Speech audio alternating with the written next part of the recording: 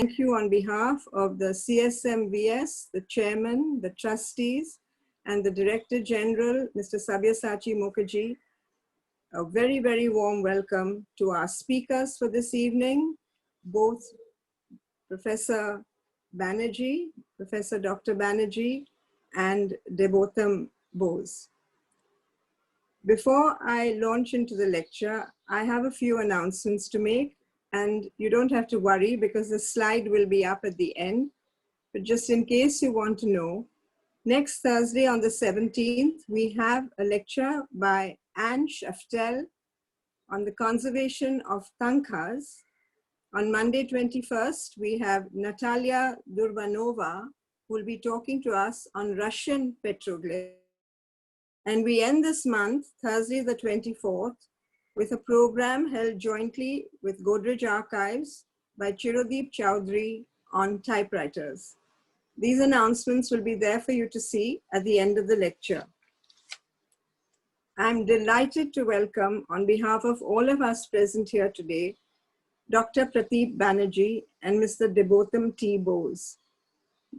When I approached both of them, I was really wondering how we were going to put this program together. So you must have received a rather long title, which for those of you, for the benefit of those, I will read it out again. Retracing Steps of the Past Through the Lives of Two Pioneering Sons of India, Ishwar Chandra Vidyasagar and Sir Kailash Chandra Bose. Their contribution to India, the genesis of contemporary homeopathy and philanthropy in India, and thoughts on how to survive isolation and COVID. So welcome Dr. Banerjee and welcome Debottam, good friend of the museum. He was here several years ago giving us a lecture on a totally different topic. So I'm delighted that both of you who are joining us from Calcutta, and we're looking forward to the evening. Dr. Pratip Banerjee is an eminent homeopath and pioneer in integrating practical homeopathic treatment with research initiatives by acceptable contemporary medical research standards. Medicine for the masses is their family goal in homeopathy. And with his team in Kolkata, they have pioneered low-cost treatments, including for cancer, serving an average of 1,200 patients, including 250 cancer patients on a daily basis.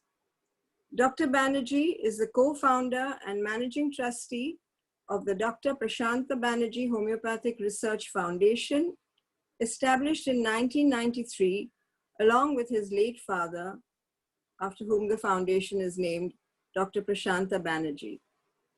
Debottam Bose is India's leading art and philanthropy lawyer, an international financial lawyer by training who has worked with preeminent law firms in New York and London. He studied art history from SOAS and then went on to develop a niche international practice focusing on art, finance, and philanthropy. He is a senior advisor to the Oxford India Centre for Sustainable Development, University of Oxford. He guest lectures at Harvard Law School, Harvard Business School, and Columbia University on art law, and divides his time between New York, London, Paris, Dubai, Oxford, New Delhi, Kolkata, Singapore, and of course, Bombay. But Debottam is also in Calcutta, thanks to the pandemic, and I look forward to hearing what his comments are. So with these few words, a very warm welcome to our guest speakers for this evening, and an extremely warm welcome to all of you who have signed in, got in, and sorry that some of you couldn't join in last time, but I think this time we are more organized and more disciplined ourselves. So thank you very much and enjoy the evening. Over to you, tech team and Jason. Thank you. Thank you so much, Firoza ma'am. Pratip sir, could you share your screen, please? And we can begin.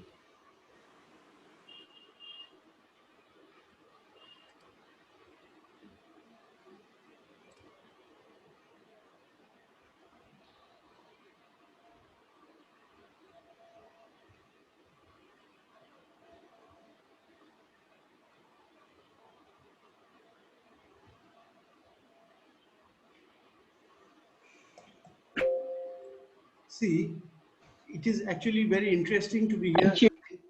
Thank you. I hope everybody can hear me. Yes, we can hear you. Screen is visible as well. Thank you.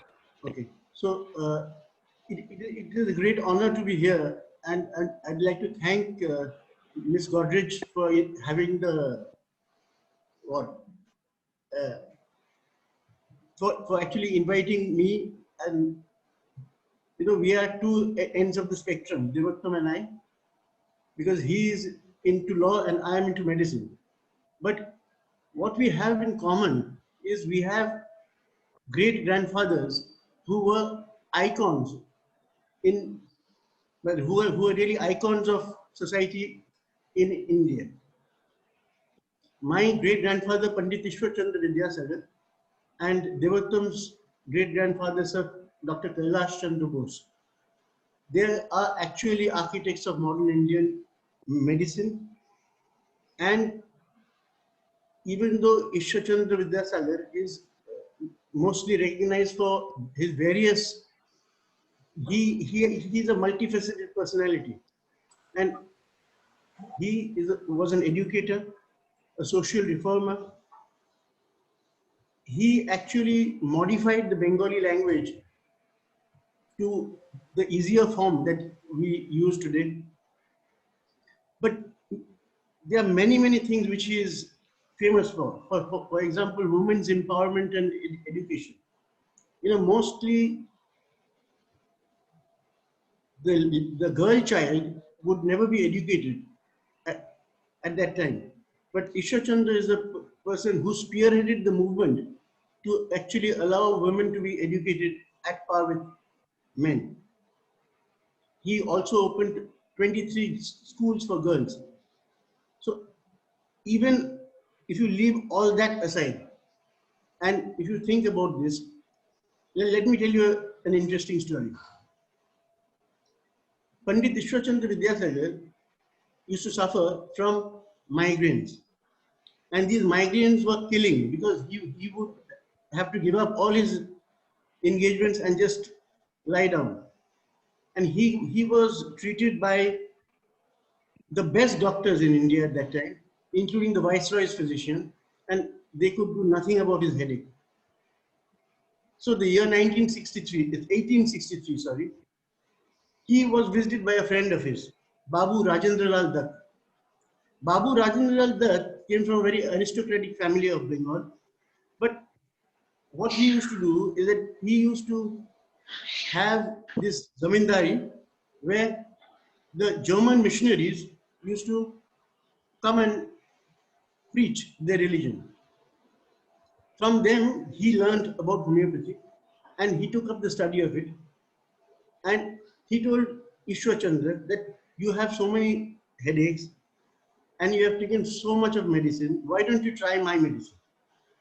So Ishwar Chandra looked at him and said, well, what are you going to give me? So Rajan Babu said, they are just small, simple pills. So he said, what do you call this?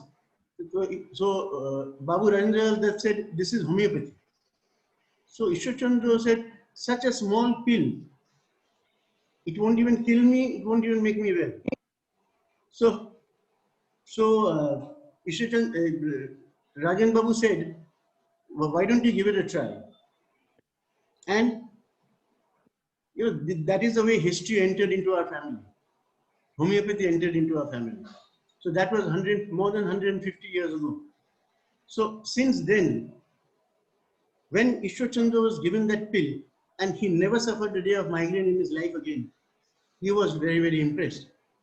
So he took this system home to his village in Birshingho, where he induced his youngest brother, Ishan Chandra Bandyopadhyay, to take up the study of it and to practice and to treat the poor villagers who dominated that area. So Ishan Chandra practiced homeopathy for 38 years and gave medicines to the population of Birshingho. His son, Dr. Pareshner Banerjee of Mihijam, is a legend by himself. he set up a clinic in Mihijam, which is the border of what used to be Bihar and West Bengal, and it is now in Jharkhand, where he used to treat thousands of patients, because all the major trains traveling through would stop at the station, and uh, there used to be a whole queue to his clinic. He used to treat patients gratis, and being a charitable man, he used to treat the patients without taking any fees or any remuneration. The medicines were also provided free, and in many cases, even the meals were provided free. So, so you can see that, you know, we have a lot of, there's a whole line coming through. Dr. P. Banerjee of Mihijam, that is Dr. Pareshner Banerjee of Mihijam, was my father's father. He was my grandfather. And he was, they have a road in Mihijam called Maharshi Pareshner Banerjee Road. People used to think of him as a rishi, there is a saint.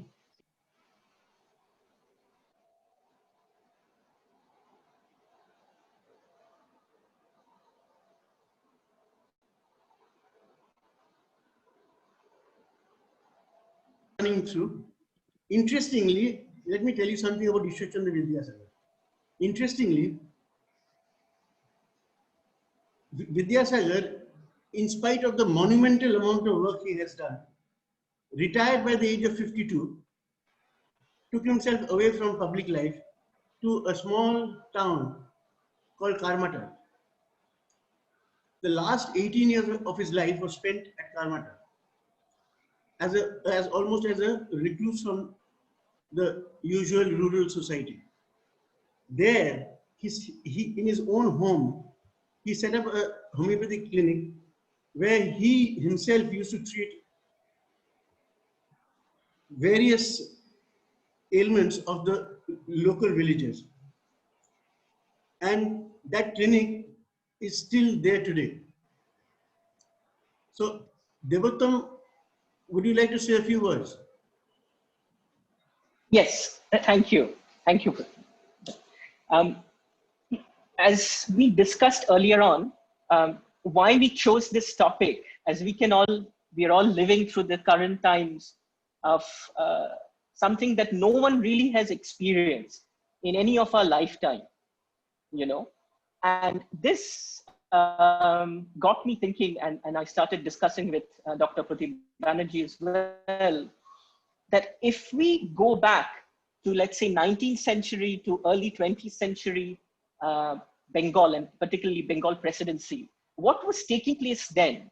A real renaissance was happening as far as Bengal presidency is concerned. And Bengal presidency is very important for the rest of India, because whatever was taking place in India was directly linked to what was taking place in the Bengal presidency.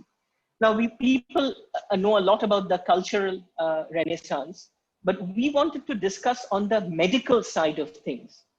Of course, we talked about Ishwar Chandra Vidyasagar.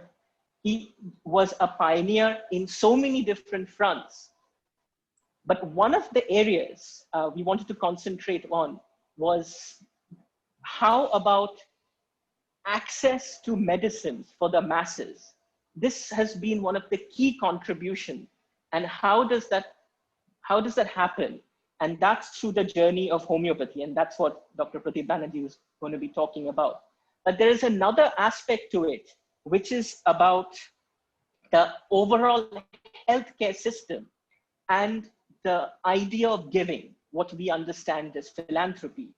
And in that respect, Dr. Sir Kailash Chandra Bose really stands out as being a pioneer, which, and I want to, and we both will demonstrate, because it will also be very powerful from when a doctor talks about the achievement. In terms of Kailash Chandra Bose's contribution, he was a man of many firsts, but both Pandit Ishwar Chandra Vidyasagar and Dr. Kailash Chandra Bose, they were men who were not only pioneers, and they certainly worked with the current climate, the society, to bring about great changes in the social strata. So to put things in context, certainly in India, in that part of India, young women were married off at a very early age to elderly men, sometimes 40, 50 years age difference. And of course, because of bad health, they would all die, and which would lead to widows. So Pandit Ishwar Chandra Vidyasagar is one of the pioneers in widow remarriage, amongst other social reforms that he brought in. Equally, another big problem in India was healthcare, the system. And this is where the contribution of Kailash Chandra Bose was immense, because not only was he a pioneering doctor, he was able to bring the community together. Just like we are suffering from one of the greatest pandemics the world has seen, over 100 years ago and 150 years ago, there were two epidemics that certainly the world and India had faced with. One was plague, and one was Spanish flu. Spanish flu was about 1918, so exactly about 100 years ago. And the kind of work that was done by Kailash Chandra Bose was really incredible, working with the various communities, putting in the funds, raising funds. He became a consummate fundraiser. And from starting with his own patients, and as we will see, some of his patients, a lot of them were very well known, and certainly in modern Indian society, they're household names as far as industrialists are concerned. So the family of Birlas, the family of Goenkas, they were all his patients. And he was able to persuade them to contribute serious amount of money along with himself, to contribute, and not just hospitals, but for even veterinary hospitals. So this was the man who had the vision to make sure that also animals are looked after. So on that note, I'll let Dr. Banerjee talk a little bit. Can we change the slide, please? Next slide. And we talk a little bit about this concept of medicine for the masses and how that developed, thanks to Pandit Ishwar Chandra Vidyasagar. And we have, as we talked about, it's a 150-year homeopathy legacy, particularly for Dr. Banerjee's family, and about the pioneering works which were started by Ishwar Chandra Vidyasagar, then his brother, and then as far as Dr. Pareshner Banerjee was concerned, how he was able to transform. But it was more than that, because when it came to Dr. Pratip Banerjee's father and himself, they were able to contemporize homeopathy. And this is something that I would love to hear from Dr. Pratip Banerjee, the steps that they took. See, can you hear me? Yes, yes. So I will tell you something about what we have done in these last 150 years, and more specifically in the last 50 years. Homeopathy first needs to be explained. Homeopathy is a science which was actually invented by Dr. Samuel Christian Friedrich Hahnemann in Germany in the early part of the century. That is say in the 1810 is exact date for the publication of the book, which actually named homeopathy. But interestingly, Dr. Hahnemann also named allopathy. So Dr. Hahnemann invented this thing.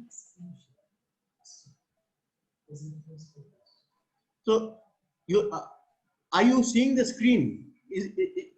Yes, the screen is visible. Everybody able to see the screen share? Yes, yes. Okay. So Yeah, just say next and he'll take it. Jason will take to the next one. okay. So let's see. What happened is that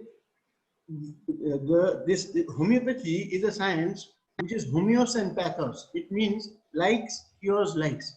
So if you take a person and you get all his symptoms down, if you match it with the symptoms produced by a medicine given on a healthy human being, see, in our Materia Medica, in the homeopathic Materia Medica, we have the provings. That is, when a drug substance is applied to a healthy person, whatever symptoms are recorded as a reaction of the drug, those are noted. And those are the symptoms which we look for in a sick individual. When we find a sick individual having those symptoms, we match the medicine to the patient and the patient is treated.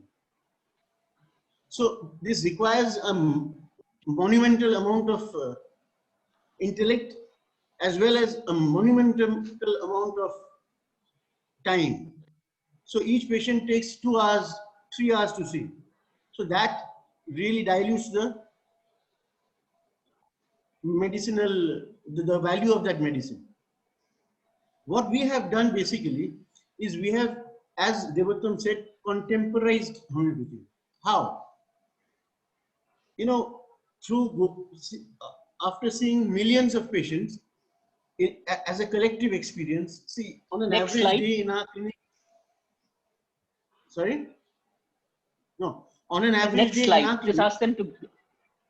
yeah, on an average day in our clinic, we get more than 1,000 to 1,200 patients every day, of which about 250 to 300 are different types of cancers. See, we are not a designated cancer clinic, yet we get so many cases. We have a philanthropic aspect as well. We charge fees from maybe 100 patients, and the rest of the patients are all seen for free. The cost of medicine per patient is probably 100 rupees for a month. So this is healthcare that is affordable, effective, easy to administer. You don't need big pills, you don't need expensive medicine, and they act by boosting the immune system. So after seeing so many patients as a collective experience, we have been able to standardize the dose, the specific medicine for specific disease in a specific potency and in a specific dosage pattern. That means what? It is just like how the allopaths treat a patient.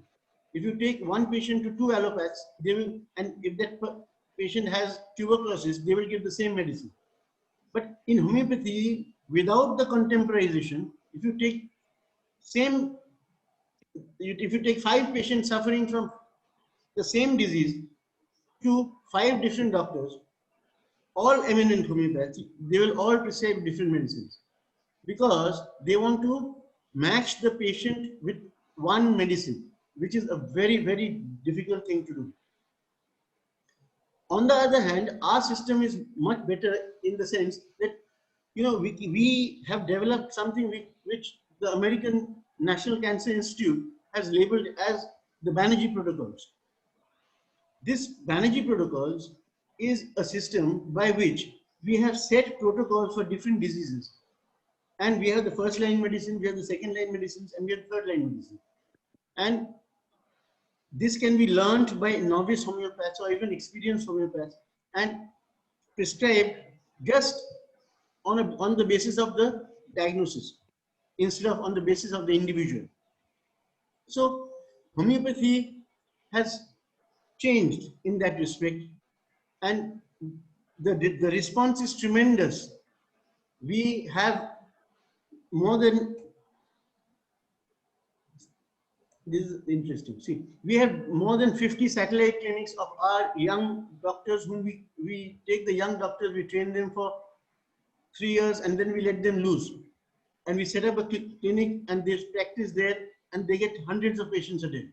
So in this way, we have in a way revolutionized the homeopathic treatment form. Interestingly, let me tell you something.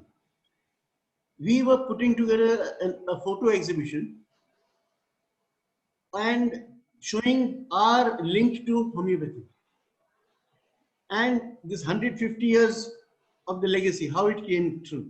And I was really stumped to find that there was hardly any information available about Ishwar Chandra Vidyasagar and his connection to homeopathy.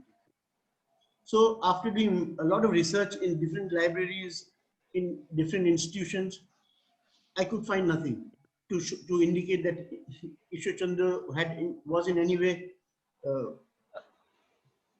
Show the image, please, on the screen. Tech team, next page, please. Yeah, thank you. So we had no way of actually relating the two until one gentleman, he was the curator of the Asiatic Society Museum. He said, look, I have a book in which it is mentioned that Ishwar Chandra used to practice homeopathy and that he kept a diary. So we started looking for it, and then we found that this diary had been found in the personal effects of Rabindranath Tagore. You know, the famous poet Rabindranath Tagore. His personal effects after his death contained a notebook. So you can see the picture of the notebook. Interestingly, so they said that this is the diary of Ishwar Chandra Vidyasagar. So we were a little skeptical, but anyway, we approached the museum and they were very kind enough to show us the book, which even they had no idea that they had. So you can see the book, the cover of it, and you can see this is the inside. This is homeopathic prescriptions written by Ishwar Chandra Vidyasagar in his own hands. And you can see how meticulous he has kept it. You can see the first page, it shows that there is a sudden pain and he's writing the symptoms. And then there's the date and this is the medicine sulfur 30, thrice daily. And then you can see this is 2nd of October 1880 and this is cured 5th October 1880. So in this way, we found this to be very interesting, and this became almost a centerpiece of our photo exhibition. So the way that I visualize that this is going to go is that in these last 30 years, we have been able to create what is the Banerjee Protocols. These Banerjee Protocols have been very widely accepted amongst the international homeopathic community, and we are doing a lot of interactive collaborative research with different institutions around the world, and they are not homeopathic institutions only, because we have done work with the University of Texas MD Anderson Cancer Center in Houston. We have done work with the University of Columbia. We have done with the University of Southern California in the US and various other institutions. And you know, interestingly, we have a database which we have created in the last 30 years. This is a database of over 50,000 cancer cases treated by us, treated only by us, mainly those who don't take any other system of medicine. These 50,000 cancer cases, we have the data as to how they came to us, their reports, what we treated them with, how and they have followed up. So we have more than 500,000 follow-ups. So this data makes us very, very attractive to leading institutions around the world who come just to have a look at the data, and we have analyzed the data to show trends in the disease, trends in the treatment, and through these through this data, we have been able to formulate the protocols, and that is what is driving us even today. Debottam, Yes. would you like to say something? Yes, thank you.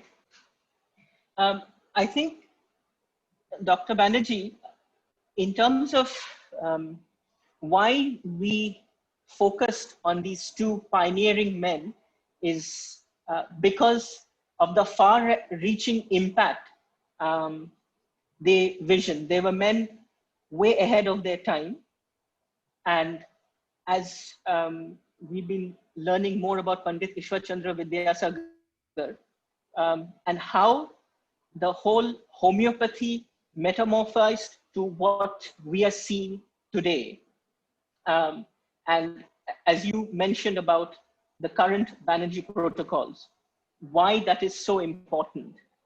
I think it'll be equally helpful to know, given that we are living through this pandemic uh, and everyone's feeling the pressure.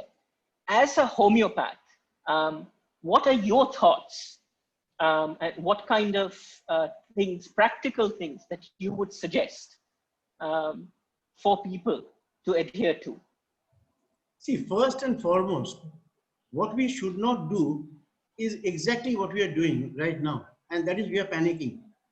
We should not panic, because what happens if you panic is that you make wrong decisions. The problem with any viral infection and the problem with producing any vaccination is that viruses mutate, and by the time you can make a vaccine, which actually takes at least 18 to 24 months to have a safe vaccine, by the time you make a vaccine, the population usually has already developed herd immunity. And let me tell you, that is the way to go. Herd immunity is actually the only answer to COVID. You know, human beings, we as human beings don't have natural immunity to viruses. And what we also do not have is the ability to resist when the virus actually affects us. So every season, viruses come, mutate, and go. But it is very important to understand that, you know, how much of chance do you have of winning a lottery? That is the amount of chance you have of dying of COVID. More than 86% of the cases who have been touched by COVID don't even sneeze. So that is something to understand, that mostly COVID is harmless. When does it cause harm? It causes harm in people who have comorbidities, such as people with heart conditions, people with diabetes, and some immunocompromised people who are actually immunocompromised in other ways as well. Now, if you turn this into a sort of a panic situation where you are not only destroying the psyche or it has a great psychological impact, just staying at home, doing nothing. Work from home is very, very difficult to do, number one. Number two, it is causing mental illnesses. And it is not allowing the normal patient, the patient who used to visit the doctor for different ailments, it is not allowing the normal population to get the healthcare that they need. See, normal safety measures, using a sanitizer off and on, using a mask when you go to a crowded place. No, you don't need to sit at home wearing a mask. And the media impact on COVID and the population is tremendous. You see a huge program where they are saying, they're just pointing fingers at you and saying you're going to die. And then the next thing they show, don't panic from COVID. It's really, very difficult to handle this thing by the population who are actually not aware of how much is truth, how much is not. So it is better to try and understand that you have a better chance of winning a lottery than dying of COVID. One more thing that we should understand is that it just came out recently. I don't know how many of you all read it, but the American statistics that have been put forward regarding COVID are a little weird. Firstly, they say that 94%, oh sorry, no, what they said is that so many million deaths, and then it was found that so many million cases tested positive. Then it was found that these cases which tested positive, they were counted on the basis of the test, not on the basis of the number of patients. That means that if one patient has been tested positive 3 times, then he has been counted as 3. So if you think about the statistics, that the Indian statistics before, we came to know that most of the test kits were actually damaged test kits. They were not very accurate. So many positive cases tested negative, many negative cases tested positive. So statistically, the information we have about COVID is actually not really accurate. So Yes. when we say that, another thing came out in the paper just a few days back, that 94% of the deaths, in 94% of the deaths, there was some heart attack, there was some cerebral stroke, there was some severe pneumonia as pre-existing conditions, pre-COVID. So we don't know whether the patient taken to the hospital, tested, acquired the COVID from the hospital. We really don't know. And if 94% of the deaths have been due to comorbidities, with COVID being lurking in the background, that doesn't mean that all the deaths are due to COVID. So let's be practical here. We should not create a situation where everybody is panicked, the economy is in shambles. People are scared. Yes. And people are scared. We are scaring the people in a way. So I would advise all of you not to get into panic mode. Try to get back to your normal lives. Yes, if you have to wear a mask, wear a mask. If you have to sanitize, sanitize. But no, don't social sit in the drawing room with a mask. Right. So no, that's good, very helpful. I just want you to take some of the slides forward. Yeah, this will be helpful. Use the Banerjee protocol in an emergency. Just share a little bit about the various homeopathy treatment. See, since our treatment is standardized and we give specific medicines for specific diseases, it makes us acceptable to the international research community. Because when we take a disease like cancer and we show that the same type of cancer treated with the same medicine in the same potency, and we can show the results of the treatment, then it is acceptable to the scientific community. If you say, okay, I have 5 cases of brain tumor and these brain tumor cases have all been treated with different medicines, scientists say, so what? You know what I mean? This is not replicability. You have to be able to reproduce the results.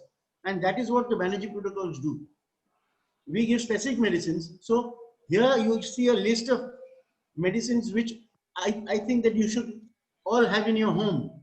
Because these are the Banerjee protocols that are used in small emergencies, like for example, a general cough and cold, or a chest congestion, or some general pharyngitis and throat problem. Oh, see, all these medicines, there are 20 medicines. They should be in the first aid kit in your house. And the way to take it is all written. So in this, so one dose is 2 pills every 2 to 3 hours, then every 1 hour if the condition is acute. So, and you see, one more thing that we did do homeopathy is that homeopathy, orthodox homeopathy or classical homeopathy, is a pathy which does not allow you to give more than one medicine at a time. And in this situation, mixing of 2 medicines is like sacrilege.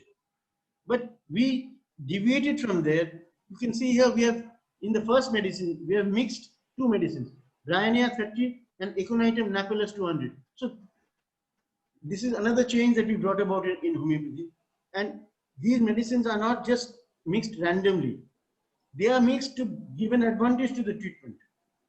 And they work very, very well. You should all have this set of medicines in your home as a backup and as the first thing to reach out to before you reach out to antibiotics.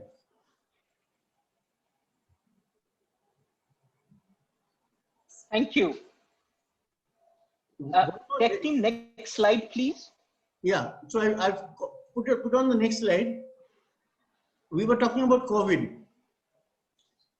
On our website, and I'm presenting it here for you today, this is what I have recommended for COVID patients, and we are treating many COVID patients with fantastic results.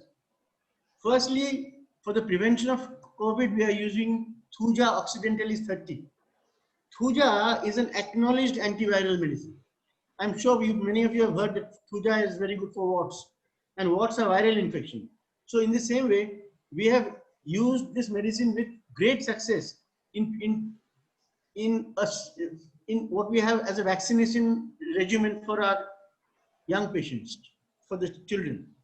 Thuja is an antiviral which is to be given in the 30th potency, 5 drops or 5 pills, globule size number 40, 2 times a day for 7 days, and then twice a week for 3 weeks. This should act as a preventive for you succumbing to COVID-19. And what follows is asymptomatic cases, what they should take if they have tested positive,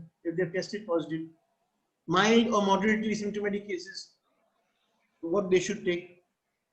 And we have the next page also, in severe next cases, slide, yeah. And in the terminally ill, what we are prescribing. And so this is not to make you treat everybody, you come in contact with who has a COVID problem. You should consult a doctor. But this is to show you that what we are using to combat this problem. And we have a website where we are treating patients from over 200 countries around the world, and mostly we are treating them for brain tumors, because we published a paper with the MD Anderson Cancer Center in Houston where we showed that our medicines selectively kill cancer cells. Next slide, please. Show some of these pictures. While rejuvenating normal cells. So I think I'll turn over to you, Debottam. Just before I do that, could you just go back on the slide where essentially you're talking about the rejuvenation of the cancer cells? I think it's slide number 6. See, this is, you can see the 2 scientific papers which are there. So those were published in peer-reviewed journals. But basically, if you have a look at this, yeah, exactly, the best case series. Yeah, the best case series. So in the year 1996, we were approached by the American government, the health part of the American government, the NIH, to ask us whether we could prove to them that our medicines could actually improve or regress solid tumors. So this was an invitation, and they said that, look, we know you treat cancer a lot, and we know you get very good results, but can you prove it? So we took up the challenge, and they said that we have a best case series program, and the director of the OCAN, there is the Office of Complementary Medicine at that time, he actually sat down with us for more than 4 hours explaining to us the strictest form of how to keep the data for their approval. So you cannot imagine the stringency that they use to evaluate these best case series. And let us tell you that we are the only ones in the whole world to have a successful best case series where we showed 10 cases of cancer treated only with our medicines, diagnosed by conventional means with biopsies, MRIs, X-rays, treated by us. Can you jump to page 14, please? Tech team, page 14. Page 14. Yeah. Just a second. Yeah, that's the one. Yeah, that's what you're showing. This is it, right? Yeah. So, and yes, this took us 1 year to do, and they scrutinized it for 1 year, and finally they accepted it, and they acknowledged that we had a successful best case series. See, what you are seeing in front of you right now is treatment results, and you can see the scientific papers, and you can understand. See, the research that we did with the MD Anderson Cancer Center was done with the head of cellular biology and genetics, Dr. Sen Pathak. Dr. Pathak, he said that, I know how your medicines are working, and I can prove it. Would you like to prove it? So we said, yes, definitely, because, our research foundation, we have a research foundation, as Debottam mentioned. This research foundation, the main objective of this research foundation is to put homeopathy on a scientific platform. Every system must present itself for scrutiny. Otherwise, it is not scientifically acceptable. If I say I can cure this such and such disease, it doesn't matter. I have to be able to prove to you in a scientific way that you understand that I can actually help you. So we were working with Dr. Sen Pathak at the MD Anderson, and he showed us that in the lab, see, he's a cellular biologist, so in the lab, he showed us that the Zuta and Calcarea phos, the medicines that we use for brain tumors, they actually kill the glioblastoma multiforme, that is the brain tumor cells, cancerous brain tumor cells, in a culture, while actually rejuvenating the normal cells in the same culture. So selective intelligence. These medicines selectively kill the cancer cells while selectively boosting the immunity of the normal cells. So this is something that Dr. Pathak, he is one of the senior most geneticists in the world. If you take 5 names of geneticists, then his name comes within that 5. And he said that, Pratip, in my 40 years as a geneticist, I have not seen any medicine which can do this. And that is why we publish the results in a paper. And that paper is visible here, International Journal of Oncology. So anyway, along with the treatment of patients, we are also trying to do something, and we have been quite successful in putting homeopathy on the scientific platform. And this has only been possible because of the Banerjee Protocols, because the replicability shows that these medicines work uniformly in different patients suffering from the same disease.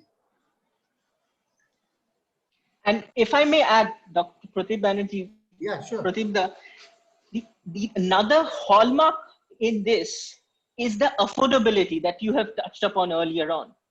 Yes. But that really is the link, which is the medicine for the masses, which is what Pandit Ishwar Chandra Vidyasagar always envisioned. And that is the link that what we are trying to discuss. And if we jump to page 21, tech team, jump to page 21. 21. And 21, 21. Tell me to stop. Yeah, keep going. Keep going. Yes, please. Yeah, stop. Just go back. You're way ahead. You need to go back 3 times. This one? No, back, please. Back. Right? That's it. Perfect. Thank you. So one of the things that we were exploring, which is the medicine for the masses. And Pratip, you really demonstrated how that works. And particularly with what we are facing right now, as far as COVID-19 is concerned, but other serious problems, particularly with cancer. Another theme that I wanted to discuss through the lives of such great men as Pandit Ishwar Chandra Vidyasagar and particularly with Dr. Kailash Chandra Bose is the concept of philanthropy and what they did, which brought together communities and what they gave back to their society and their country. So here, there's a list, and this is actually from an obituary that we both did some research on, and certainly it reads very impressive accolades. He was the first Indian doctor to be knighted. He was certainly one of the pioneers who was given a recognition for valuable services. And this particular award was also shared with Pandit Ishwar Chandra Vidyasagar received it, the Companion of Order of Indian Empire, and Kailash Chandra Bose also received it as well. But what I would like to discuss is, and from a medical practitioner's point of view, here, Dr. Banerjee, if you could, is what do you think has been his impact, his legacy, as far as the whole medical infrastructure for Bengal and for Greater India, in your views? See, please. You know, when you said that we want to do this talk, and we discussed various ways to actually, you know, it's very difficult connecting you and me, right? Because you are a law and I'm a doctor. But we found a common ground in our great-grandfathers, right? So I was also, my interest was also piqued when you mentioned Sir K.C. Bose's name. So I actually did a lot of research on him. And what I came up with, it is really, really sad that, you know, that he is not more popular as one of the icons, because he is an icon. He probably single-handedly contributed the most to building hospitals in India. His fundraising, I think you have a slide here somewhere ahead where you show that Next how much one. of money. If you go next one.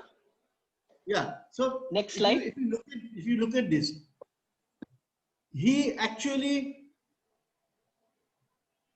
the Calcutta School of Tropical Medicine, which is one of the iconic hospitals in the world for tropical medicine, he raised the funds to support the efforts of Sir Leonard Rogers.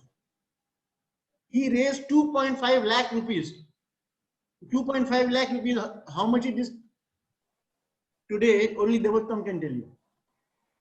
But at that point of time, it was a huge load of money. He actually, if you look at it, it was not only tropical medicine. Look, you can see that the veterinary college and hospital, he donated the land for it, for the Bengal Veterinary College and Hospital. Next slide. Next slide. It is here. So this is the Calcutta School of Tropical Medicine. And if you go back to that slide, we see he collected 36,000 rupees for erection of kennels for dogs and veterinary ambulances. Calcutta Medical College outpatient cottages, he raised 1.5 lakhs. Prince of Wales Hospital and Lady Dufferin Hospital and Carmichael Hospital, he raised funds for their endowment with personal contributions of a lot of money. And you know, he was so diverse. He also put in rest houses and a hospital for pilgrims in Puri in Odisha.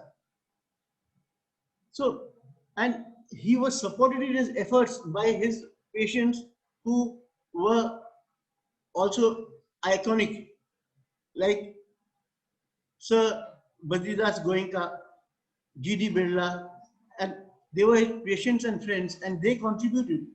But then he induced them to contribute, and look at the results. We have most of the known hospitals actually financed by this man. So, as Debottam was saying about the plagues, see, we are in a COVID situation, and so we can relate to the plagues. The 1897 plague epidemic, the 1918 Bombay Pune Spanish flu, and in this scenario, Dr. K.C. Bose, Sir Dr. K.C. Bose, was responsible for opening 8 private plague hospitals. He was a member of the Bengal Plague Commission. He rallied public support in favor of measures that were proposed to prevent and control these epidemics. And he took it personally upon himself to allay people's fears by his personal involvement in the efforts to educate hygienic measures. So we are looking at somebody who had a tremendous contribution to healthcare in that period of time. You know, Ishwar Chandra Vidyasagar's life and Sir K.C. Bose's life actually intersected, because Dr. K.C. Bose was about the time that Ishwar Chandra retired from public life. That is the time that the Dr. K.C. Bose was born. And I'm sure that they influenced each other in many ways. So, other than that, you know, this is a slide. Debottam, are you saying something? We cannot hear you because you are muted. Okay, yeah, I'm going to say something for this slide. Mm-hmm.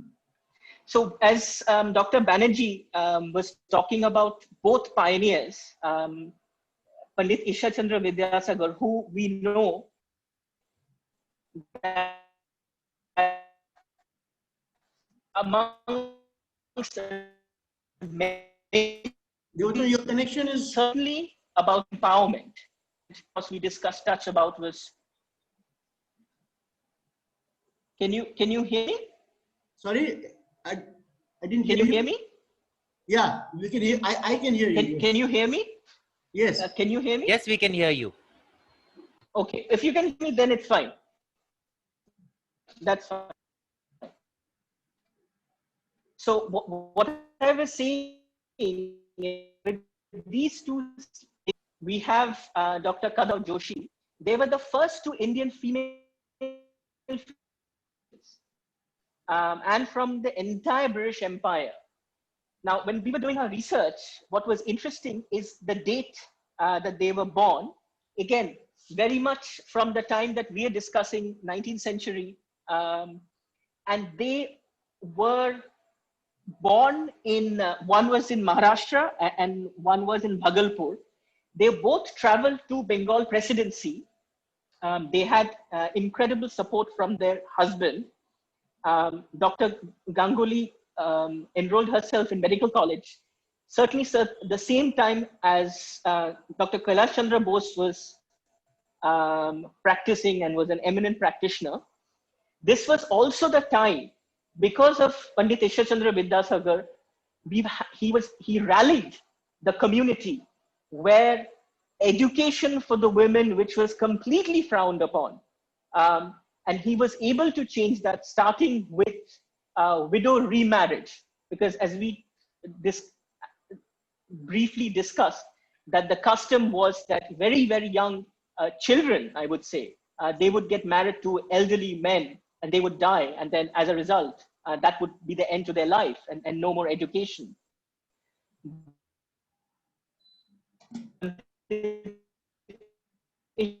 Vidyasagar the contribute the women. And here we see in their middle class background, who moves to Bengal presidency, who moves to Calcutta and Srirampur College, they request the public support.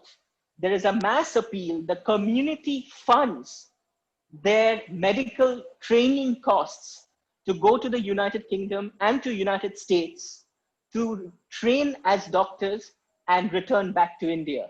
Sadly, Dr. Joshi, she passed away at a very young age. Tuberculosis, she had tuberculosis when she got to Pennsylvania. She graduated, and once she returned back to India in 1886, by 1887, she passed away. But through their lives, we wanted to demonstrate that the impact the pioneers like Pandit Ishwar Chandra Vidyasagar and Sir Dr. Kailash Chandra Bose was having was really incredible. Now, there's another aspect to this, which is we talked about, which in current situation, in COVID times, we're all stuck, we're all working from home. And a lot of us have been asked to support so many various causes from different charities, started with when we had the migrant crisis across India. I know so many of my friends, myself included and others, we raised awareness, we raised funds. And over a period of time, there were so many that there were different causes, from unemployment to supporting the artisans, to including even supporting and finding food for the pets, and including those who have been abandoned, and street animals. And it was so many options. And the problem with most of people is that they were at home, a lot of uncertainty, their jobs were also at risk. But this was also a similar situation 100 years ago, 120 years ago, where India faced similar epidemic. We discussed the plague, we discussed the Spanish flu, but the community rallied and they supported various causes. And Kailash Chandra Bose is an example who was able to bring people on board and really bring what this concept of philanthropy that is so well known now. But he really pioneered that, and was not just, and he wasn't an industrialist. He was, of course, a very successful practitioner, but he was able to bring all the right people to support together.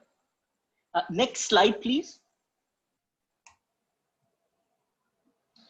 So this is something which I wanted to share with everyone, since I'm an art lawyer, and I just wanted to put some perspective on the prices that we talk about. A couple of years ago, this is an interesting story. I was called to go to Germany, in Hamburg, and essentially look at a very famous painting by Leonardo da Vinci. And this is a very famous painting. It's called Lady with the Fur. And it's, if one gets to Paris, it's at the Louvre. And at one point, the current owners were looking to certainly find out whether they could sell the work. And I was part of a team to do the due diligence of, to find out, apart from whether the work is genuine in terms of the pricing and provenance, how it changed hands. Interestingly enough, I came across a document where it documented different hands exchanged the painting. And in 1885, so very similar times that we are discussing Dr. Bose and Ishwar Chandra Vidyasagar, where they made contribution. This particular painting changed hands for around 200 pounds. Okay, that was in 1885. That was a document that I'd seen. Now, those who may remember, just recently, over a year ago, a painting by Leonardo came to the market and it sold in New York at Christie's auction. It was sold by a Russian and it was brought by a Middle Eastern sheikh. And it went for around $470 million, something that was worth 200. And that just shows that, you know, how things were equally was raised for the hospitals, for the veterinary hospitals, for the plague hospitals, for creating rest houses. There was serious money in that time, okay? But people contributed, they came together. Next slide, please. They came together to contribute and they made a difference. So this is another interesting slide, which I wanted to put in the context of India's positioning and the kind of contribution India made to the First World War. At that time, again, Bengal presidency was the lead because that's where the major commercial activity was taking place. And serious money was raised by Indians for the war effort for the government of India, British government of India.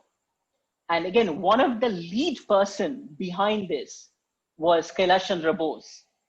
He secured an investment of over 2 crores in 1918. That's a modern day equivalent of over 260 crores, which is phenomenal amount of money coming from people who are close to him and his patients and people who had a very high regard for him. And, you know, he did an outreach within the Marwari, the Sindhi, the Parsi, the Muslim community, and people believed in him. And this is something both Pandit Ishwar Chandra Vidyasagar and Sir Kailash Chandra Bose shares as great men, is that they were equally respected within their community, but equally by the British.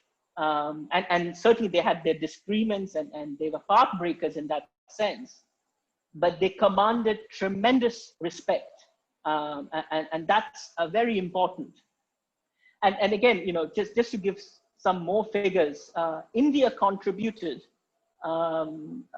close to 100 million pounds for the First World War efforts in 1917, which, and this is what Dr. has written in his book, turned $35 billion, which is just a staggering amount of money that went from India, that Indians contributed because they believed in a better world. They believed that India can make a difference, and they contributed through wealth, they contributed through men, they contributed through women, they contributed through skills, various forms. And this is really important because of the COVID times that we are living in, because of the uncertainty, because of the uncertainty of giving as well, uncertainty about our livelihood. All of this is important to put things in perspective. So I would, if Dr. Banerjee, if you would to add anything else, but I would stop here now. You're on mute. Yeah. I Thank guess you. we have more or less covered a lot of ground. So I think that both these men, Ishwar Chandra as well as Sir Kailash, both these men are equally iconic in their own spheres. Ishwar Chandra was extremely versatile, and whatever, see, and he has been really iconized beyond. He has not been icon. He's become like a sort of a deity in Bengal at least.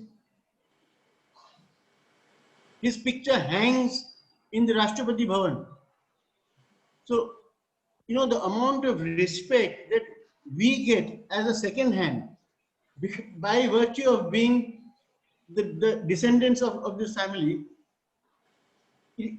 I will tell you a small anecdote. You know, we had a program celebrating 150 years of homeopathy in our family, and the late Mr. Pranab Mukherjee, he was the president at that time. He offered to come and to preside over the celebration. So my wife and I, Rinku and I, we landed up at the Rashtrapati Bhavan to speak to the event people. You know, it's very tedious to organize such a function. I'm sure most of you know it, because you have to get permission from 22 departments, and there is a tour section in the Rashtrapati Bhavan which controls the whole program. And you better do it in exactly the way that they want you to do it. They will not allow you to do anything even 1 inch out of place. So we thought we were getting really confused. So we landed up at Rashtrapati Bhavan and we approached the head of the tour section, and he very reluctantly saw us, and then I handed him the leaflet of what we are planning to do. So he goes to it, and suddenly he stops and he says, Ishwar Chandra Vidyasagar. So how is he involved in this whole thing? So we said that Ishwar Chandra Vidyasagar is the person who brought homeopathy into our family. So he sat up. He said, you are family of Ishwar Chandra Vidyasagar? I said, yeah, I mean, without any fault of my own. He said, I want to shake your hand. So this man actually got up, came around his desk and shook my hand. So I told Rinku that I think he's trying to exchange DNA for some reason. So that is the amount of respect that Ishwar Chandra Vidyasagar acquired in his lifetime. And you know, it humbles us that we are part of such a family.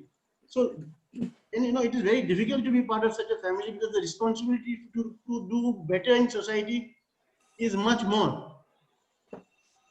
So, Tell them to take it. No, you don't take it. so that's it. I think. Can I hand it back to Ms. Godrej? But before that, I would like to thank you very much for giving us this opportunity to talk. And I'd like to thank your team as well. Jason, thank you very much. Thank you. Thank you, Dr. Banerjee. Thank you, Debottam.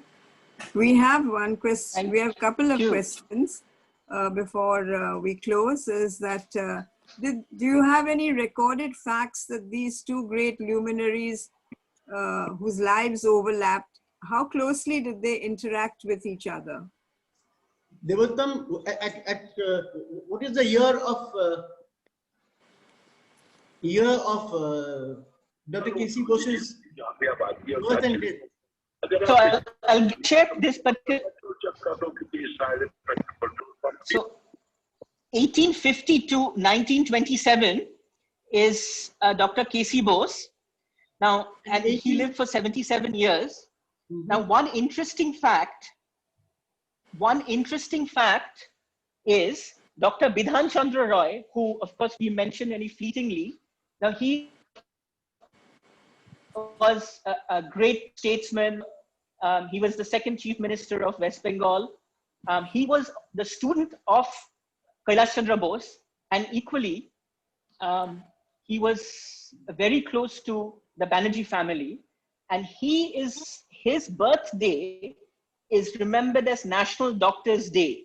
And I think that is really interesting, because here we have Dr. Bidhan Chandra Roy, who was a student of Sir Kailash Chandra Bose. And that really is the contribution where we understand that as a doctor, Dr. Bose had an incredible impact, but it's actually his student who is known, his birthday is known as National Doctors' Day. What better testament to real creating, the next generation and building the next generation. So that's an interesting fact that I found. So Sir Kailash was born in which year? 1850, 1850,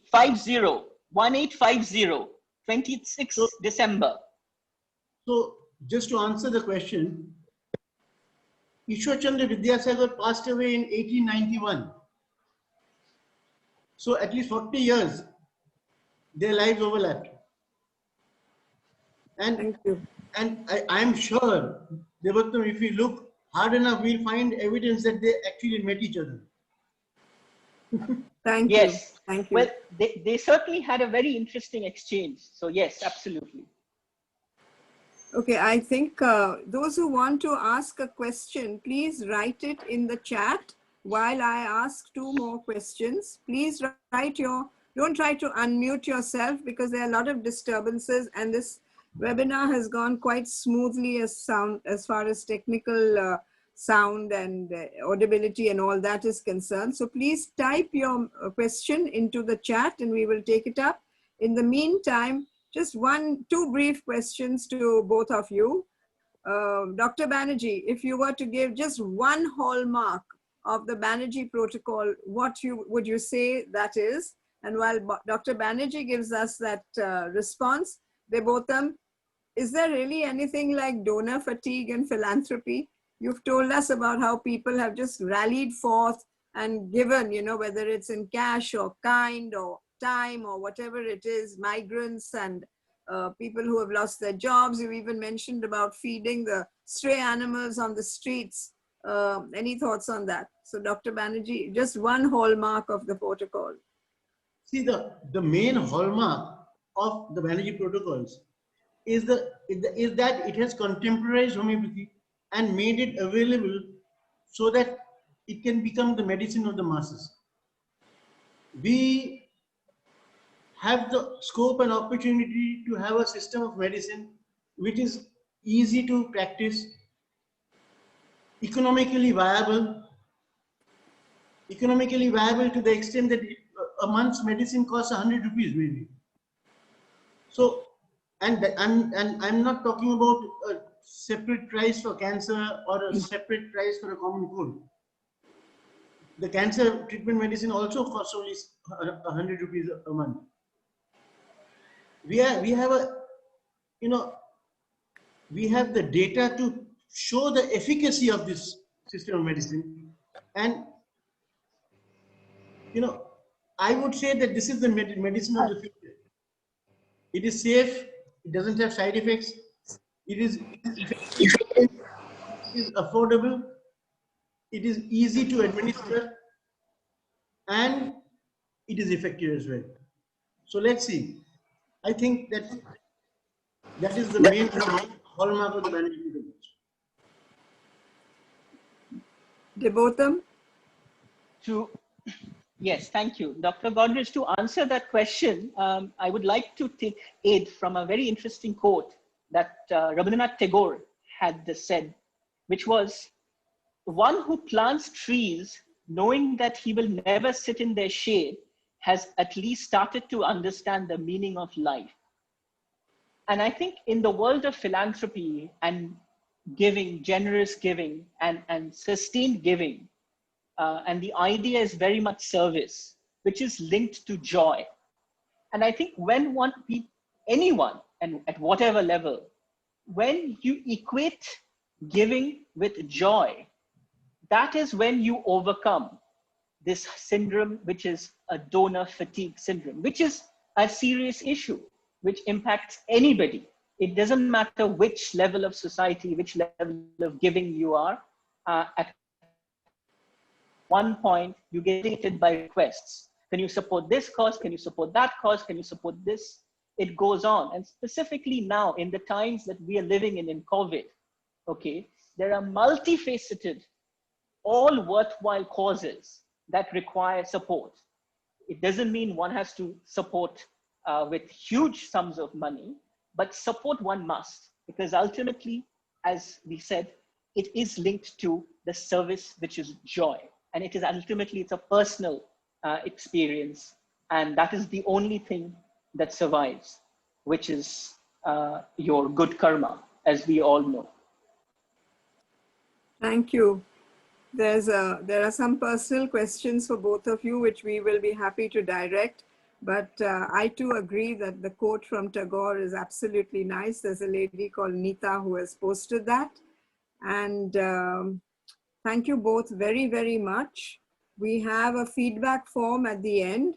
And before I hand you over to Mudit, because I may not come back on the screen, or I may, thank you very, very much, both of you, for enthralling us this last hour and a quarter on a subject that has had little, worldwide knowledge, and to know that it's something here in Calcutta, but I'm not going to hog that now. I hand you over to Mudit for the formal vote of thanks before we end. Thank you. Over to you, Mudit. Yeah. Thank you, Dr. Godrej. The world may have shut down, but the Museum Society of Bombay, under the able and capable leadership of its chairperson, Dr. Feroza Godrej, has brought the world to the comfort of your homes with our many interesting lectures.